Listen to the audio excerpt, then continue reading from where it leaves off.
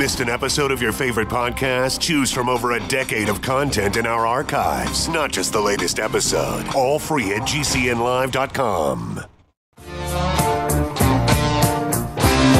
This is your call to action. Get prepared, America. Economy, survival, energy, disasters. This is USAPrepares.com. Informative radio, educational radio. Interact now by emailing instructor@USAPrepares.com or text at 434-390-7953. Class, please take your seats. Now, your instructor, Vincent Finelli. Oh, geez. You know, I was talking with Brad, our engineer, today, and I was telling him that Tom Mabe on YouTube, and he does pranks on YouTube, and I was telling him the days about in the 1980s about desktop publishing, and how Tom Mabe does it in video form, but we did it with desktop publishing. And Tom Mabe has nothing on what we did back in the 1980s. And maybe someday I'll share some of those pranks that we did. And they're quite humorous. Everyone all set? Cocked, locked, here we go. Your dial is set correctly to USAPrepares.com. We're delighted to be with you today. And John Regan is with us, Captain John Regan. Welcome, Captain John Regan. Good morning, Vincent. Hey, do you remember desktop publishing? Oh boy, was that the big thing back then. Yeah. Now, did you ever prank with desktop publishing, send people letters that appeared to be really bona fide, that had the form numbers on the bottom, government letters, and things like that, where well, let's not say it that way. Letters from organizations that appeared to be bona fide, requesting and demanding that people do certain things. Have you heard about those kinds of things? Yeah, I had too much of a life to do those types of things. Yeah, I was pretty lonely, so I had plenty of time. Oh, geez. Well, anyway, today we got kind of a couple serious topics, and one of the things I wanted to mention before we get started is, I mentioned that the state came after our family for what they claimed was sales tax due, unpaid sales tax, and I proved that they were absolutely out of order, crossed the line, behaving fraudulently, in bad faith, that they were financial parasites, financial perverts, and they did not have any claim or justification to anything they were alleging. As a matter of fact, they just sent us a bill and they couldn't prove anything because there was nothing to prove, and they were totally wrong. Well, I mentioned that I got 2 apologies from the state. Well, and I should have taken them on and made them pay compensation, but I haven't done that yet. I might still do that. But one of our instructors got the same letter. Same exact letter. And I don't even mention his name because he plans on being on with us, but he has stage 3 cancer. His name is Len Pence. And Len Pence got the same letter, and Len Pence used to teach gardening classes. And they claim that, and you don't teach gardening in the winter. I mean the winter when it's like snowing. And so he was threatened by the state of Missouri. Same exact letter I got, same tactics. But the difference is that he didn't come out swinging yet, the way I did. I was really frosted, and I was not going to let him take our farm. Well, they put a lien on his farm, and they're going to try to steal his farm. Now, who would do such a thing? Well, I've got, I was in the shower this morning, I was thinking, who would be so mean as to try to steal someone's property illegally? Okay, who would make up that a person owes unpaid sales taxes without any proof whatsoever? Well, that'd be the state of Missouri. Now, who would that be? Who in the state? And the only thing I can think of is that these must have been the descendants of those who came to the area during the land grab, the theft from the American Indians, because they have the same tactics: overwhelming force, overwhelming numbers, come in with big threats, big sticks, big cannons, big guns, big police force, pick on the little guy, just the way the government did to the Indians. So I'm wondering if these people who have these government jobs are the descendants of those who stole the land from the Indians, and they're still keeping up the same tactics. They want to steal Len Pence's farm. They wanted to steal my farm, and I wasn't going to let them do it, no matter what. No matter what. And class, if you get a chance to watch, and I watched the same video series for the 8th time. I'm in the 8th time right now, Jericho. And they used a phrase, Mayor Green used a phrase in that, and he was one of the main characters. And he said, and they were talking about a certain thing that they had to accomplish. He said, do it, no matter what it takes. Do it, no matter what it takes. And, those thoughts and words come to mind when I think about the state or the government trying to steal our personal property and our land and the results of years and generations of work. It's absolutely unacceptable. And so I wanted to share that thought with you. And Len Pence, if he's well enough, will come on. If he doesn't, I'll just do it. I'll just tell you the story about, give you the details, read the letters, the threats, and what they've done to this poor man and his wife. He's in his 80s, stage 3 cancer. And so if you feel that the government has any heart, absolutely not. Anybody who believes that the government has a heart is confused, misguided. And it doesn't have a heart. Not at all. It's not capable. These people don't think the way we do. John Regan, serious topic, flooding, devastation, Texas. About a third of the state's underwater is part of what I read, at least in terms of toxic waste, toxic liquid waste, spreading all over. What do you think? Well, it's I think unprecedented. They're calling it a 1,000-year flood now. Yeah, that's because they're out of 500-year flood terms, because the 500-year floods are every year. So now it's every 2 years, and we'll call it... Yeah. Yeah, now we'll call it a 1,000-year flood, and we'll just make it every couple of years. Yeah. Please continue. But I remember I was watching the night it was coming on shore, and I turned on the news, and when they put up the original projected path, it had it going inland up until about Interstate 10, then doing a loop, heading back towards the coast, and then coming back up north on the west side of Houston. And this was over a period of days, and just seeing it at that point, I knew this is going to be bad, because you've got two parts of the hurricane destruction. The first is when it comes on shore. You've got the heavy wind and the storm surge, and that's where you get the brunt of the damage. And the good news is, from the good side of technology, we haven't lost a lot of lives. To put it into comparison, 1900, the hurricane that hit Galveston, this was before they started naming them. They don't know exactly how many people died. It's a range between 6,000 and 12,000. I think most often you see it published as 10,000 people perished in Galveston when that hurricane came through. And this was a time when Galveston wasn't as populated as it is now. And I believe that was approximately 1/3 of the people that were living there at the time. So technology has helped us at least be aware.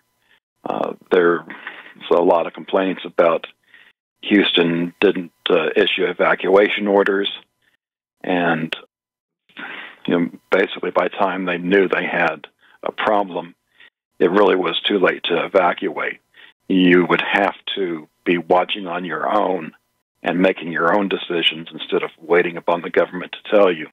If you remember when the storm got on the other side of the Yucatan, they did expect it to reform into a hurricane because the Gulf waters are a few degrees above average, and warm water is where hurricanes get their energy from. And we saw that strengthen, and they were looking was it going to be a Category 2 or a Category 3, and then all of a sudden, by the time it gets close to the coast, it's going to be a Category 4. The good news is that by bypassed Corpus, at least it went in east of it, which meant that Corpus didn't get to suffer the storm surge. They still had quite a bit of wind and rain that hit there, but as we watched it go up north and basically take its time, we started seeing the flooding start. And then as it's moseyed on east, that's when we saw it just get worse and worse.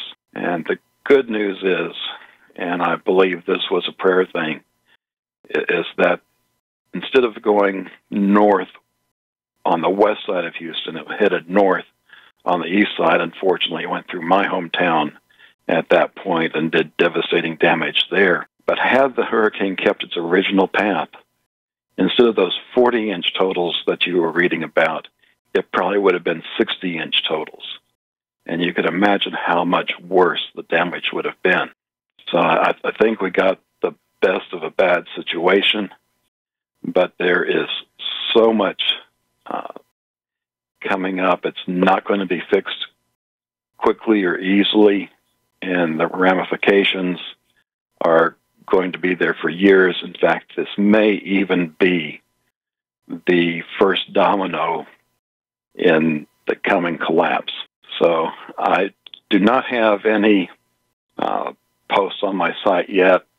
I may take an advantage of the top of the hour break and post a couple of links. One of those would be to Coach Dave Dobbenmeyer's site. Coach is organizing teams to go help. And basically, whatever you donate in that, you can volunteer to go as well. Money's going mostly to the people. The volunteers are just getting fuel and food paid for. Their lodging is taken care of. So nearly 100% is going to go to help the people. We'll be right back. Captain John Regan's with us, U.S. Air Force Reserves retired. And we're talking about the flooding, the devastation, storms in the past, and how you can be caught off guard. And you talked about help and relief, and if you can help those directly, that sounds like a great way to go. Just throwing money at the problem, donating money to like the Red Cross, I wouldn't even consider it. John, what have you learned about the Red Cross? Well, there's a number of entities, and the Red Cross is one of them, that you have a bureaucracy in there that siphons off money before it even gets to help people. The government is even worse about that. For every $1 you send them, you're lucky to get 50 cents back.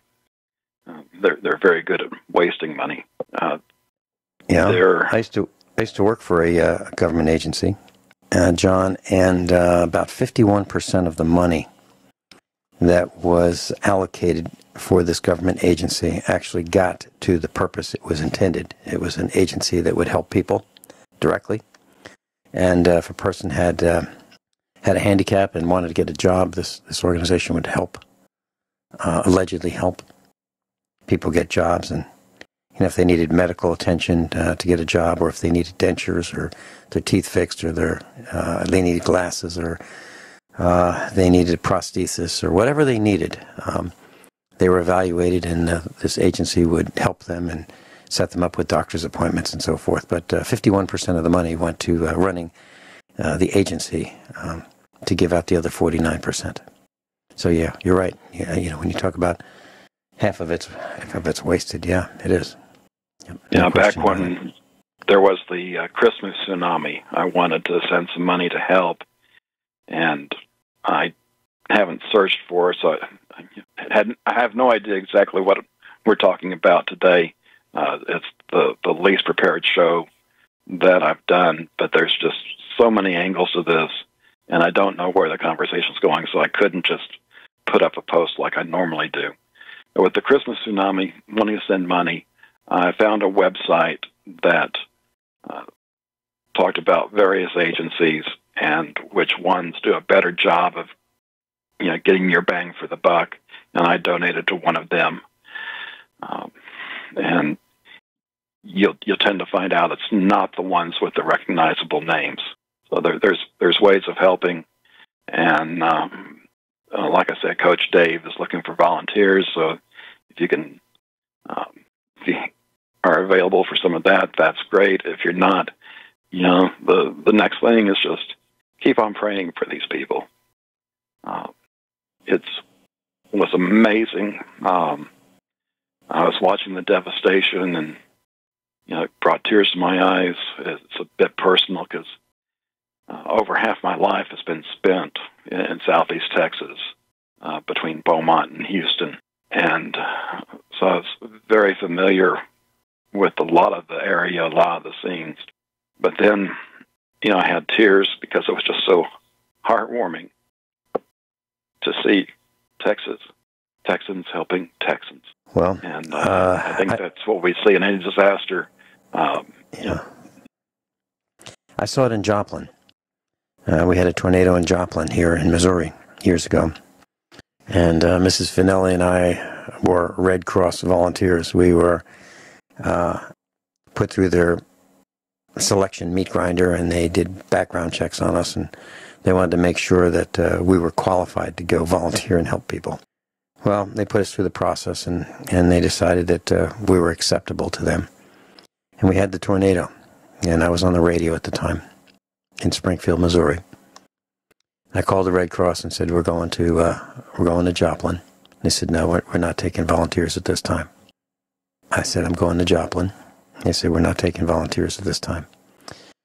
So I went there to Joplin without the Red Cross's permission, blessing, guidance, approval. Went there anyway, and I saw the devastation. There were signs that people spray painted on sheets of plywood that said, we need help. I saw the police barricades preventing people from going in to help, to keep everybody safe. They were protecting.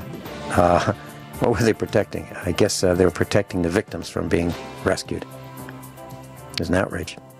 And where's the Red Cross? I'll tell you when we come back. Captain John Regan and I are talking about Joplin, Missouri. A few years ago we had a tornado here. It was pretty serious. It wiped out buildings. It ripped sides off houses. And some people were hurt. Electricity was taken down. The hospital was a taller building than most, and the windows were blown out. People were sucked out of windows. It was really serious, so I decided to go the very next day. And I brought my camera with me, and I wore blue jeans, but they were dark blue jeans, dark blue.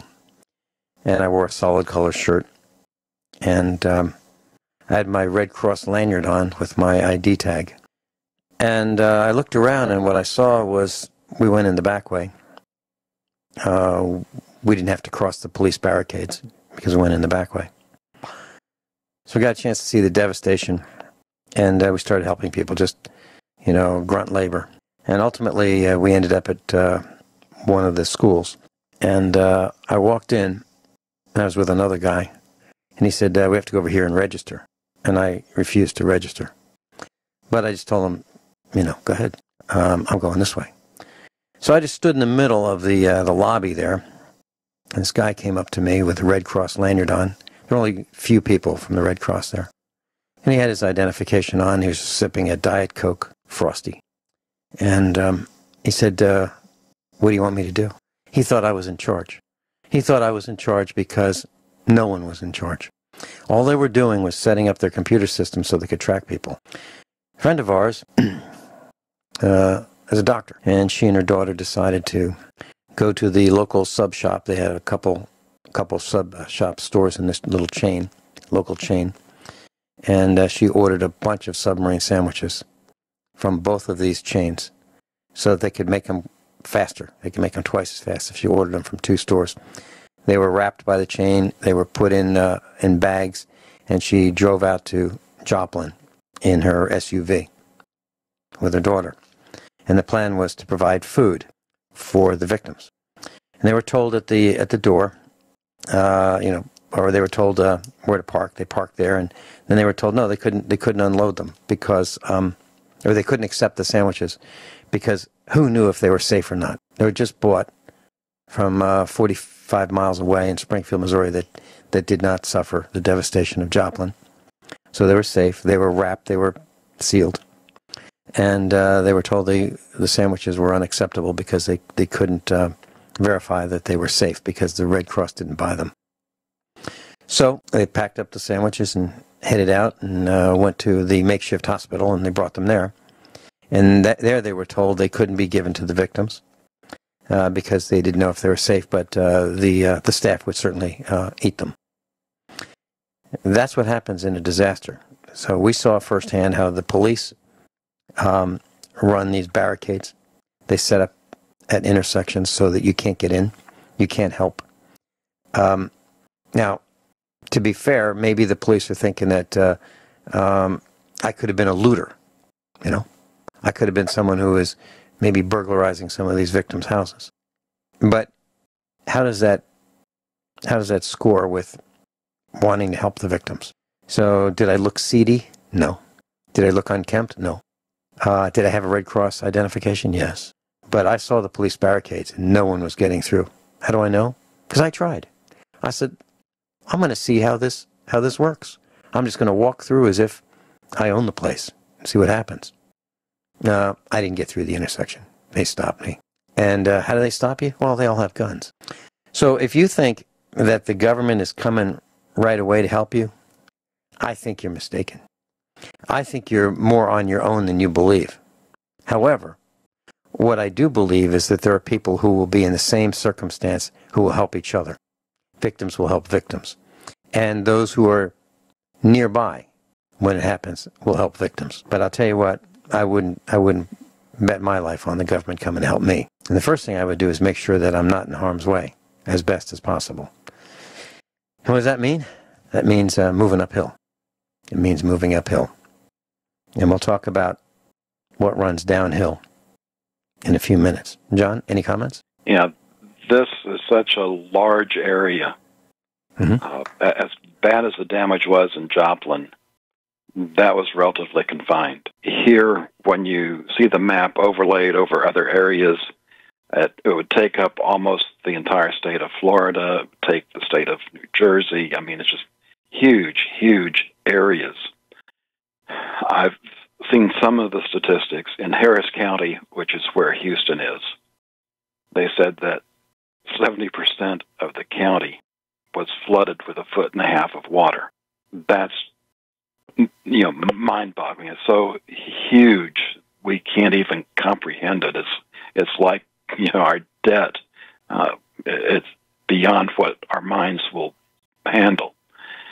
The good news is that with 1.5 feet, there's still going to be areas where the houses are okay, would flood the streets, but wouldn't get up to the home itself. But there were obviously large numbers of something in the neighborhood of 150,000 homes damaged or destroyed that we know of so far. And that's part of the the devastation that is going to have a big effect. Because unless you live in a floodplain, you probably don't have flood insurance because it's an extra expense. They say that only 1 in 6, less than 20% of the people, had flood insurance. So unless your roof was taken off and water got in your house first, the water damage in your house is not covered by insurance. Something on the order of 500,000 cars have been damaged. That's got lots of ramifications. I remember when Rita went through through Beaumont, basically through downtown Beaumont. It was, quite some time before things started to get back to normal. And when you look at the size, the number of homes affected, just the logistics of it, where are you going to find enough construction workers to work on that many projects at once? Where would you house them? There's not going to be enough hotel space for that. and likely for at least the next year or two, hotel space in the entire region is going to be at a premium. I saw a video this morning, one of the public schools that was flooded, and this is a newer one. It's probably not even close to being paid off yet, and I'm wondering how much are they going to have to do to get that school back in condition where it can be used. Of course, given the state of public education, that might not be a bad thing, but point being is that that's going to be an additional expense that the government has, and of course the government doesn't have any money on its own, so it's got to rely on the broke people. And when you look at what we've already discussed in prior shows, we have 78% of the country, the workers are living paycheck to paycheck. And for those in this region, the way the floods were, practically nobody could get to work. So we've got a lot of people that missed out a week of pay and right before rent is due. And that's going to have some kind of fallout. We don't know what yet. In fact, it'll probably take a few more weeks before we even have some decent numbers to deal with on all the effects. We've got... John, I've never done this. Well, I don't think I've done this before. I just was leaning back in the studio chair. Normally I lean right up against the desk, against the microphone, and I'm, ready. And I just put my hands behind my head, and I leaned back, and I was just listening intently to what you were saying. And one of the things that came to my mind was a discussion I had, about 20 years ago with someone on the East Coast, and I was talking about preparedness, and I was talking about how you need to be ready and have everything that you need before you need it. And this person, a very well-educated person, top of his game, career person, ladder climber in the corporate world, doing very well, very successful, probably makes a couple $100,000 a year easily, said, Vinny, look, if it gets bad, we're just going to go out to eat. And I was thinking about what you said about 70% of the county being flooded. Okay, counties are pretty big. So you're hungry. You find out that your house is flooded, and you're almost up to your belt in toxic water. And you go, okay, honey, let's take the children and let's go out to eat. Really? How's that going to work? Are you going to take the canoe, the family canoe? Are you going to take the family boat? Are you going to paddle that little fiberglass boat or that aluminum boat to the nearest McDonald's? How's that going to work? The power's out. The power's out. Why is the power out? Because they found out people were being electrocuted by standing in the water with the underground power lines. So they turned off the power. We've been talking about catastrophes, and one of the things that I'd like to share with our class is that there's a danger that's kind of hidden that maybe we haven't thought about, and that would be the electricity. Now, we all see these power lines on the power poles, but some power is delivered via underground cable. Our farm has underground cable coming from the road to our farmhouse. And we have these junction boxes every 300 feet or so. There are these steel boxes that have these, these are heavy boxes that need a crane to put them in place. And all they are is the cable is underground in conduit, and the cable comes up into these junction boxes, and then it gets connected to the next 300 feet of cable, which goes to the next junction box, and so forth. And the reason they're placed at about 300 feet apart is that's how many feet are on these rolls of cable. So they unroll the cable, and they bury it in conduit, and then it comes up out of the ground to join with the next length of cable. Well, these boxes they can probably withstand handgun cartridges. Not that I've shot at one, but the point is they're really heavy, and they're made to stay in place, not float away. However, they are not waterproof. They're water resistant, so if it rains, the water sheds off them, but there are holes, And if water comes up from the bottom, it'll flood them. And then you'll have electricity going through the water surrounding these boxes. So how high are these boxes? About 30 inches. Now, but that doesn't mean the connections are at 30 inches. The connections are probably 18 inches, 20 inches off ground level. That's one thing to think about. Here's another thing to think about. There's no way for us to shut off the power to these underground feeds. There's no way. You need a really tall pole, fiberglass pole with a hook on it, to disconnect the fuse on top of the power lines that run on the poles, along the road. I don't have one of those. So I can't disconnect the power to our house, should I want to. The underground feed, I should say. Another thing to think about is, as the water comes into these homes in Texas, let's say it goes into the kitchen. Okay? Did the homeowners shut off their main breakers? Did they do that? Did they think about that? Probably not. Probably not. And how high are the main breakers? Well, typically, if you look at a main breaker panel in anybody's house, the center of it's going to be at 60 inches or 5 feet. But that's the center of it. In our house, the center of it's at 60 inches, but the panel is well over 30 inches tall. So literally the bottom of the panel is at about 30 inches.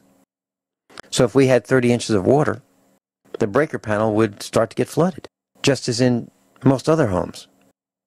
And if you have a basement, heck, those outlets, those receptacles are completely flooded, right? So it's a serious situation. And obviously I would want to turn off my main breaker if that happened. Why? For a lot of reasons. One, dishwasher electronics. The dishwasher is going to get flooded and ruined.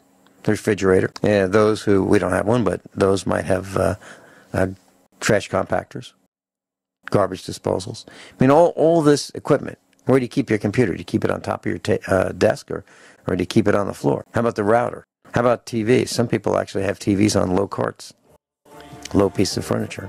All these electrical devices are plugged in. And if they get wet, I think they're destroyed. I really do. John, you mentioned 500,000 cars, 500,000 cars. Well, I can tell you that if you have 18 inches of water, well, you're going to have water in the axles, the transmissions, maybe the engine, certainly the wheel bearings, seats. Yeah, toxic soup going into your car, toxic soup going into your house. What do you do with that sheetrock that wicks up all that toxic soup off the walls and the insulation in the walls? You're going to saw off all the sheetrock at 3 feet? No, you got to go more than that. 4 feet? No, you got to go more than that. About 5 feet. Yeah, it's a big problem. So let's be prepared. Let's think about moving uphill. Everyone all set? Cocked, locked. Here we go. Hour number 2 of USA Prepares. Captain John Regan's with us. Captain John Regan, I was thinking about what you mentioned during hour number 1 of today's broadcast, and that is that there was no evacuation order for Houston when the storm was coming in. And it reminded me of this series that I've been watching for the 8th time called Jericho. It's about a little Kansas town, and there were some nuclear explosions that went off, communication was cut off, and they were in the middle of an election between the mayor of about 25 years and the new guy who wanted to be a mayor. And the old mayor was an Army Ranger. The new mayor was a businessman. He owned half of a salt mine. And Johnston Green was the mayor who was not reelected, and he would have been the better choice to shepherd the town of Jericho through this crisis. And the new guy who wanted to be mayor, about the same age, was a guy named Gray Anderson. He was less knowledgeable, but he owned this half of the salt mine. Bottom line is, you could see the difference in what took place, because the new mayor would just do things that were less than optimal. And here you have a situation in Texas where there was no evacuation ordered, but a different mayor could have ordered it. Maybe a different mayor who was little more knowledgeable. I don't know. I don't know the mayor. I don't know his qualifications or lack of qualifications. But, you know, when you elect or select someone for these political offices, you really need to think about qualifications. And I can tell you that I saw how it happened. I saw an election for a school board office. I ran, and the guy who was reelected I ran against was a criminal. Yeah, that's okay. He's a good guy. He's part of the village. He's born here. You know, that kind of thing. So he's, you know, obviously the best choice in people's minds. And then you have the electric cooperative, and they keep re-electing people who are less than optimal candidates. And that's why you see poor decisions. They keep electing and selecting people who are just not the best for us. And it's our fault. We allow these elections to be manipulated. It's an outrage. But, you know, if you want to see it in living color, I suggest you watch and rewatch Jericho. And Mrs. Finelli and I are watching it for the 8th time. And we keep seeing things that we missed the first 7 times. I think it's one of the best productions on the blue screen, by far. It's in the top 10 for sure in my book. Jericho. John Regan? Well, given the time I've spent, you know, close to the coast of Texas, this was a very unusual storm. Of course, if you're on the coast, you definitely have to bug out. If you're within even 20 or 30 miles, it's a good idea to get out of the path. The last place we lived in Houston was about 60 miles from the coast. So we were fairly safe. We might still get damage from wind and even some flooding, not like what we saw with this one. But because it stayed in place, and this is with any hurricane, when it slows down and takes its time moving, you start getting floods. This was just unprecedented, the amount of time that it stuck around. And it's true that the mayor didn't think that, who did think that it would be this bad? I knew it was going to be bad, but nothing on this order. And by the time they knew that Houston was going to have problems, it was too late to evacuate. You can't just take 4 million people and get them out of town in a short amount of time. So that's why it's so critical to do your own thinking, watch the situation, because this is what will happen. The government will not order an evacuation because more people would have been killed in an evacuation than just leaving them where they were. But getting back to electronics, if you had a computer that got flooded, and especially those that had the presence of mind to unplug it and leave it in their home, hopefully you would have taken it with you and might have stood a better chance. But say you had a business, and before you left, you unplugged the computer, maybe put it on a desk, and then you come back and you find the water levels were worse than planned, and the computer went underwater. The first thought you might have is, just get the computer dried out before you plug it back in. And that's one of the worst things that you can do. If the hard drive gets wet, and especially in these cases of businesses where, that's where your business is, the data that drives your business, you need to get that to a professional data recovery facility as soon as possible. They are not cheap. And you need to keep the drive wet, because if you let the drive dry out, the contaminants that were in the water can muck up the drive and make it more difficult to impossible to recover the data. And of course, the same is true for personal drives. It's just usually you don't want to spend that type of money to recover the personal drive. Turning to Beaumont, they had the water supply go out on them. The pumps went underwater, and they have to wait for the water to go down just to see what the damage is. Fortunately, there was a private industry there that is using another source and is getting some water into the system, they will probably have to boil their water for the next month until things get back to normal. And this is a city of around 118,000 people without water.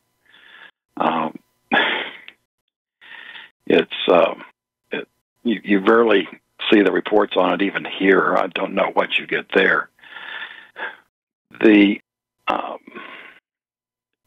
Obviously, if you had a water filter, you can't filter salt water, but this is still fresh water. It might have a bunch of contaminants in it, but you can actually put, flood water, whether you're using Berkey or ProPure, any of the good high-end water filters, and you don't have to worry about the water side of things. The damage in far southeast Texas is also, I think, even a little bit more widespread. When you look at Houston has an elevation 50 feet above sea level, which is not very much. When you get to the Golden Triangle, which is Beaumont, Port Arthur, Orange, Beaumont has an elevation of 16 feet. Port Arthur and Orange have an elevation of 8 feet. So the whole area there got about 20 inches of rain, and there's not much place for it to go. So it is, I think we just keep using the word over and over, devastating. Some people's lives will never get back to normal for these people, unless government assistance is given, and we're seeing where the governor's saying that the damage is expected to be at least $160 billion, most of that uninsured. And I guess we'll see what Congress and the president do to help out people. But if it's just loans rather than grants, that's still going to be a big financial impact. And some people may have to declare bankruptcy just to get out from under their mortgage. Vincent? I was leaning back, listening intently to every word you were saying, and here's what came to my mind.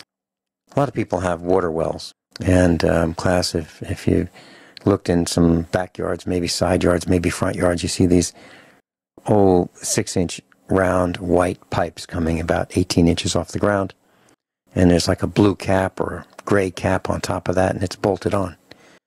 Some of these wells have steel pipe. Some have plastic, PVC.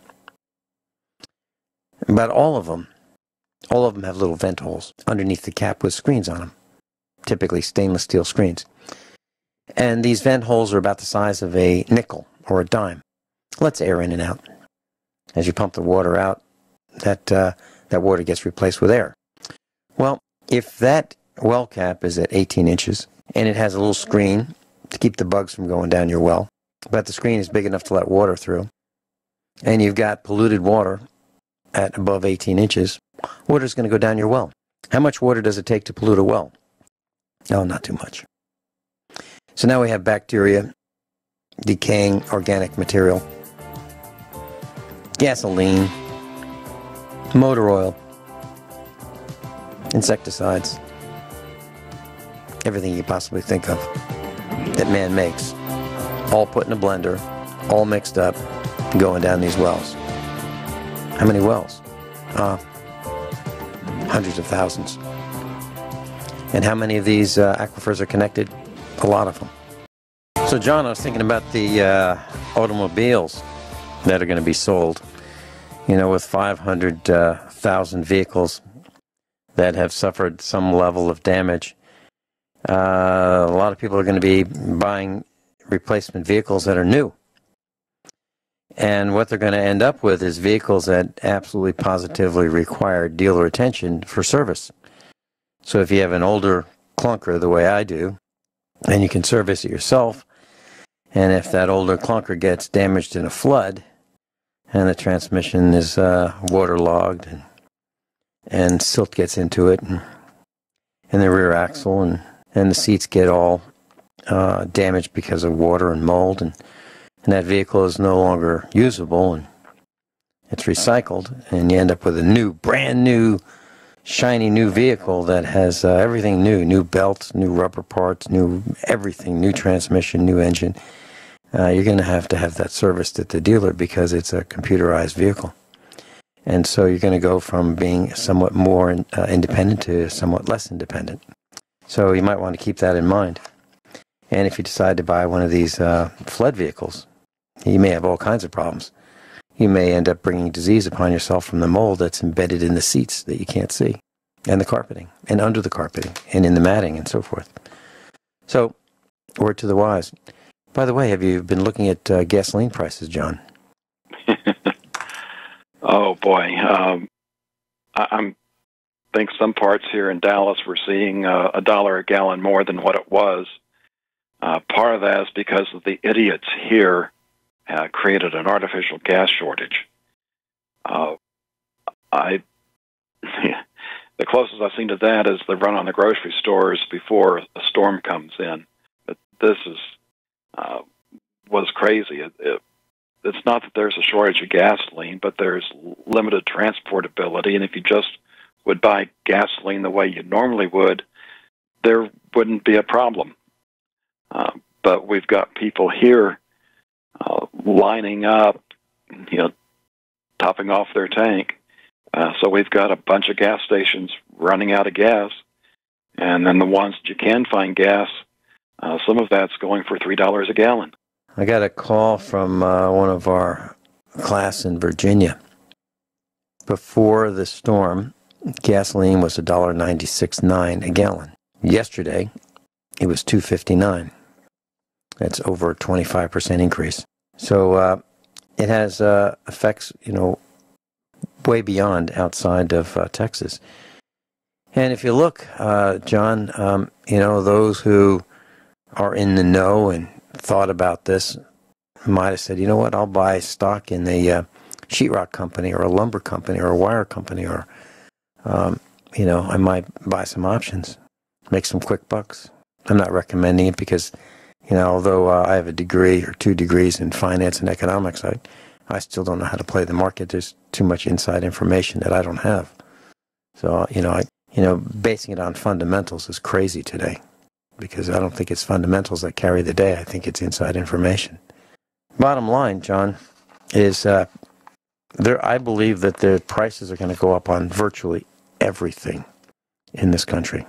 Washing machines. One of the news dryers. items that came through was about 60% of the ethylene production got knocked out, and that is used in a bunch of products. Yeah. So that it just cascades throughout the economy. Yeah, and what if you can't... think about this. I was talking with a guy yesterday. He works at a company that makes specialized parts for John Deere. And what they do is they have presses that press out these parts, bend them into the right shapes. They are measured with micrometers and dial calipers and so forth every 20, 50 parts to make sure they're right. And there's multiple stages. They take the raw material, the steel, they clean the steel, they cut the steel, they press the steel, they remove the oils from the presses from the steel, then they prime it and they paint it. Let's say one ingredient is missing, okay? Let's say the oil for the presses, they can't get it. Those parts stop. And that's just parts for John Deere. And that stops the production of tractors being manufactured. Okay, what about if the green paint, or one of the ingredients in the green paint, is unavailable for the painting of these parts? And John Deere can't have the parts because they're not going to sell tractors without paint. Class Captain John Regan is with us, U.S. Air Force Reserves, retired. TheFinancialStateOfTheUnion.com. TheFinancialStateOfTheUnion.com. Mike in Maryland, welcome. I'm on the phone now, Joe. I'm on the phone. Mike in Maryland, you're on? Yeah, hey, thanks for taking my call. Hey, like I told your screener, you're a real trooper for having a show on today, and I really appreciate that. The topic I want to talk about, is Trump on drugs, or is he delusional? Because he's talking about stopping all trade with countries that deal with North Korea. Well, if we stop trade Red China is the main trading partner with North Korea. If we stop trading with China, we'll be cutting our own throats. I used to work for an auto parts wholesale distributor. Half to two-thirds of the car parts for Ford and GM, and maybe to a lesser extent Chrysler, are made in doggone China. I mean, what's Trump thinking? Is this just verbosity? Is this just making a grand statement, or what? I mean, if we stop trading with China, our economy comes to a grinding halt. Well, it's more than our economy that comes to a grinding halt. I'm looking around the studio. Okay, I have a router that's made in China. 3 keyboards in front of me that are Dell brand that I bought used. They're all made in China. The telephone is made in China. Pretty much everything surrounding me in electronics is made in China. Now, if you look at the car parts, even if they have USA brands on them, a lot of them are made in China as well. And you're absolutely right. It's difficult not to buy Asian replacement parts for U.S. branded automobiles. Now, I don't know if Chrysler is a U.S. branded automobile anymore or not, since it's owned by Fiat. But Ford and General Motors, they are. And a lot of the parts are imported for them as well. And as far as tractors, farm tractors, there is not a single tractor that is under 40 horsepower that is made in the United States. None, not one. And it's been like that probably since 1989. So maybe some of the content is U.S. Maybe the box that a product comes in might be made in the United States. Maybe not. But you're right. You're right. It would be pretty bad. I don't know if we could fight a war for a lot of reasons. One, 70% of the young people who would be cannon fodder for fighting a war are unfit, either because of their weight or because of their lack of education at the public training camp or because of drug abuse. So we've got that problem. We've got a lack of intellect problem. We've got a lack of drive problem. And we have, with the help of Bill Zipper Clinton and Hillary Clinton and the ilk like that, we have shipped our jobs ashore. We just try to buy an American-made sneaker. Just try to buy American-made footwear. You'll have to search pretty far. You might be able to find some. Very, very, very expensive if you want to buy leather U.S.-made shoes or boots. Very, very expensive. I mean, the sticker shock is the bottom 93% of us aren't going to buy them. So we are relegated to buying Chinese stuff. And and a lot of it's pretty poor quality. Some of it's good, but a lot of it's pretty poor quality. And if you go to Sears and you want to buy some Craftsman tools, you're going to find out that many of them are made elsewhere. The greatest name in tools, that's what they used to say, Craftsman. Not made here. Not all of them are made here. Some of them are made in China, and they say Craftsman on them. Or you can go to Harbor Freight and get pretty much the same darn tool and have their brand name on it, Pittsburgh. And you can pay less for the same tool at Harbor Freight than at Craftsman. I'm not talking about, a half-inch wrench is a half-inch wrench, because that's not the case. There are good quality wrenches and there are poor quality wrenches. Well, the ones that the Pittsburgh brand are pretty darn close in quality to Craftsman. And they're made in the same country. Many of them, China. So I'm with you. And we've got a problem. John, do you... If we PO China enough, they can wreck our economy any minute simply by selling their treasury bonds and crash our economy. I heard that the tires and wheels for Humvees are made in China, as well as some of our uniforms. I mean... All right, well, let's talk. Let's take a minute and talk about that, okay? So I wanted to buy some tires for our cattle trailer, the 20-foot, it's a small trailer, 20-foot cattle trailer, and it uses 15-inch tires. And I went on the internet, and I saw a whole bunch of brands, a whole bunch. And I looked at the tread, and I thought, wow, how come the tread is identical from brand to brand to brand to brand to brand? Well, they're all made in China. And what they do is they change the sidewall, the name on the sidewall. It's the same tread pattern. And it doesn't even matter if you buy a U.S. brand name tire with the same tread, it's still made in China. And if you notice, a lot of the tires that you buy for replacement tires for vehicles come from China. Now, who ever would have thought 15 years ago, 10 years ago, that we would be buying tires from China? And we are. We really are. And Korea. Yeah. It's total insanity to let us become this vulnerable. It's just nuts. Well, let me tell you where the good tires come from. Our son wants to buy some good tires. He doesn't want the Chinese tires. He wants a really good, long-wearing 8-ply tire, load range E, 265, 75, 16, for our Dodge truck, the one that we use on the farm here. And he's found the best ones, the ones that last the longest. They're made in Japan. Yeah, I was about to say that. Japan. Yeah. Yokohama. Yeah. Yokohama Geolander tires. He has found to be absolutely the best. He's on his third set of them. But they are the ones that last the longest, the ones that don't get holes in them from the rocks on our dirt road. But what I'm saying is, buying tires from Japan in the 1960s, nobody would have believed it. Nobody would have believed that about half of our cars would be imported from Asia. John, is that about right? Half the vehicles are imported from Asia? Am I right or wrong on that? That's probably about right. Yeah. The Ford Focus is assembled in Mexico. The Camaro is assembled in Canada. The Ford Canyon transmission is made overseas, as well as the engine. Well, that's another thing. I was talking with Miles, one of our senior instructors in Europe, and he was telling me that these new engines that they're putting in these vehicles to get this higher miles per gallon, greater economy, greater efficiency, are so precise that you have got to adhere to the very strict oil change frequencies, or you can damage your engine very, very quickly.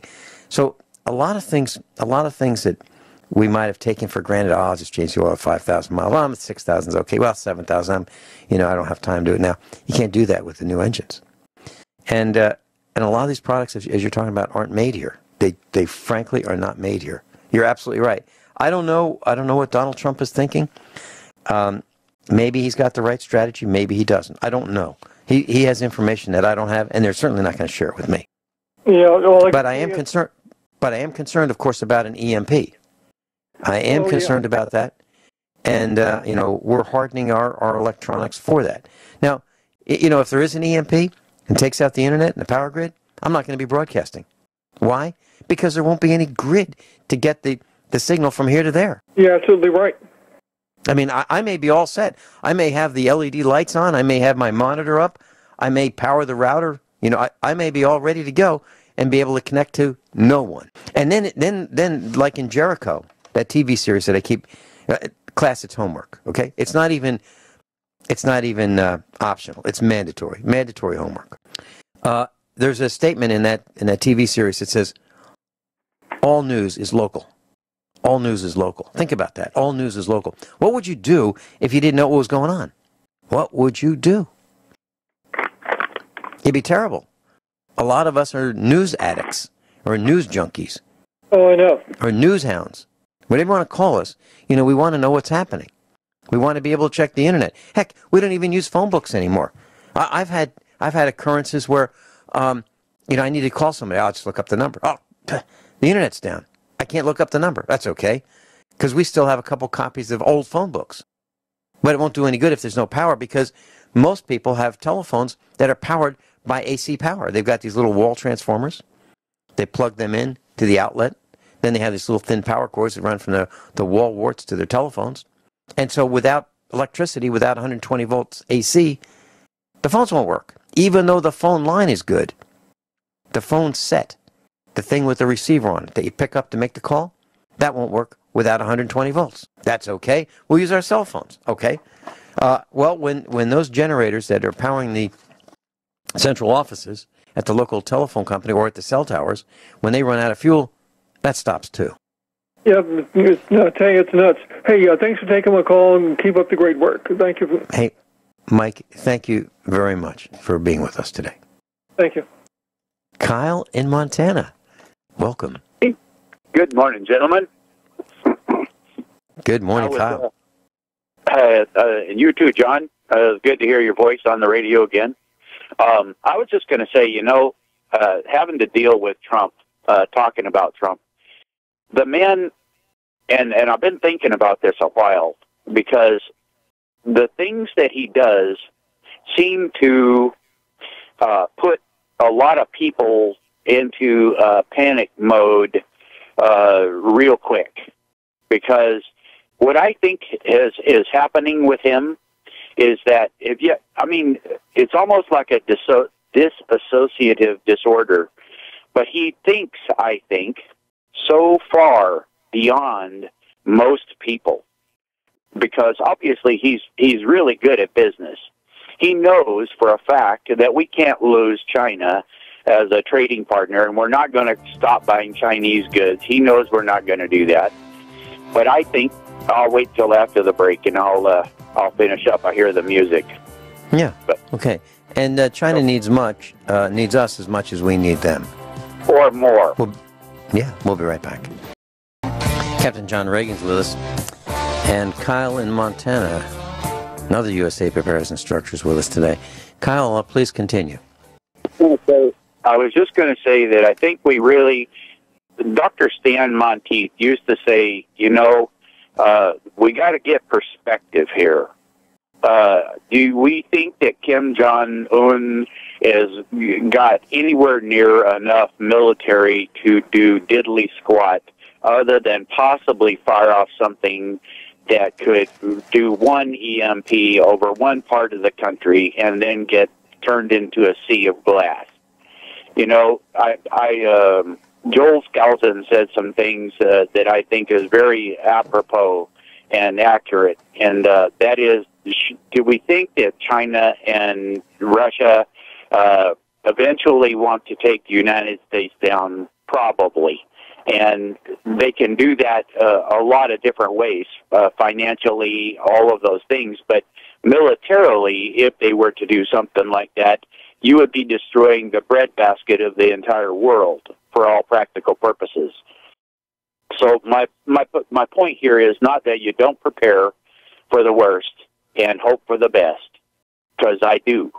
But I do think that we don't want to be in the, getting everybody all worked up and afraid, because I do think Trump has a good handle. And one thing that's really known about him is that he knows his potential enemy. I mean, who he's got to do business with, how all this, he finds out everything about them before he usually makes decisions. And so that's one of the things that I think we need to just, when we hear stuff from the media all the time, they're going to put it in the absolute worst light. So just take it with a grain of salt. And I think Trump is perfect? Or absolutely not. I wouldn't have done some of the things he's got. I wouldn't have had so many of these Goldman Sachs people in his cabinet, because I think that's more of a danger to us dealing with normal, everyday people. I think that's more of a danger by far than China and North Korea. John, what do you think about that? That's probably right. And, thing is, we're running out of time here. There's a few bullet points I'd like to try and throw in before the show's over. Sure. I'll let you go. Okay. Getting back to the situation here in Texas, one of the lessons we have here is that if you don't bug out in time, you might not be able to bug out at all. There was a grocery store in Beaumont that was still operating, and this is also one of those counterintuitive lessons. If you wanted to buy something from that grocery store, you had to use a card. No cash or checks allowed. And then looking at the recovery effort, saw lots of shots of grocery stores and banks that got flooded. Obviously not all of them got destroyed, but what would have taken days or weeks to recover from is now going to take weeks to months simply because of the volume of the damage. And that's going to be an additional inconvenience for the people there, finding a grocery store or another bank branch to work with. And that's just a few of the things. Housing, that's going to drive prices up because there's not going to be enough housing, both for purchase and for rental, including apartments. Hotels are going to be filled with workers coming in. So it's going to be disruptive for quite some time. Vincent? Yeah, John, I was thinking about that, and I was thinking about stores. Well, let's say Home Depot, Lowe's, the big box stores, lumber companies. They have these shelves that, the nails are down there, on the bottom shelf, a lot of times. And so some of the stock is destroyed. I mean, even the things that you'd want to buy has been flooded and flood damaged. And how are you going to get the nails? I guess you're going to have to repackage them because the cardboard boxes are going to fall apart. Everything, I believe, has been damaged. All appliances in the kitchen that have been flooded, I believe, 100% of them have been damaged. John Regan, thanks so much for being with us. Thanks so much for filling in for me while I was off the air. That's above all, honesty and integrity. What happens next?